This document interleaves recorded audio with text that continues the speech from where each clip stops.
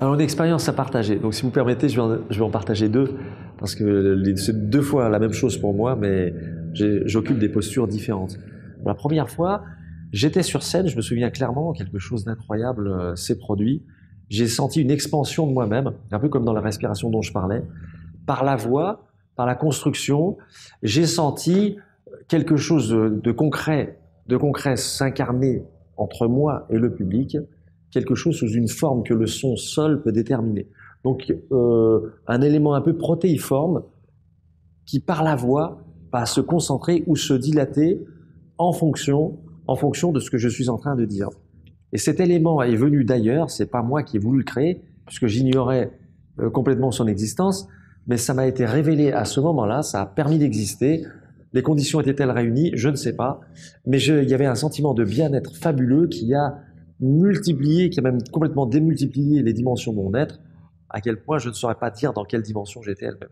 Je sais que les gens ont vraiment adoré ce concert et que j'en garde un souvenir personnel, un peu difficile à partager, mais bon, je me lance, je vous fais confiance.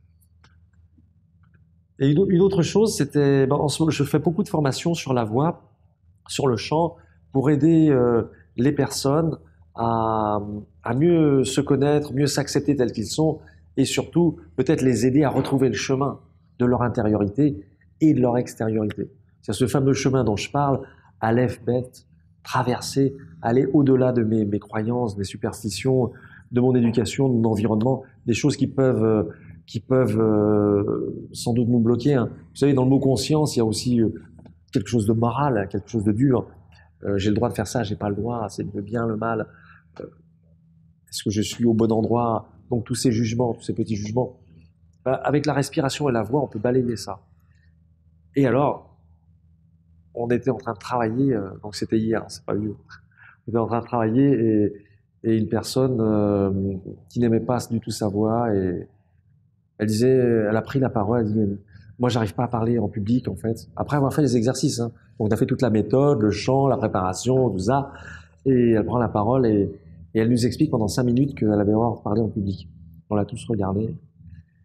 Mais je crois qu'à ce moment-là seulement, ça c'était très beau à voir, elle a pris conscience qu'elle avait vaincu ses peurs, elle avait vaincu ses ennemis.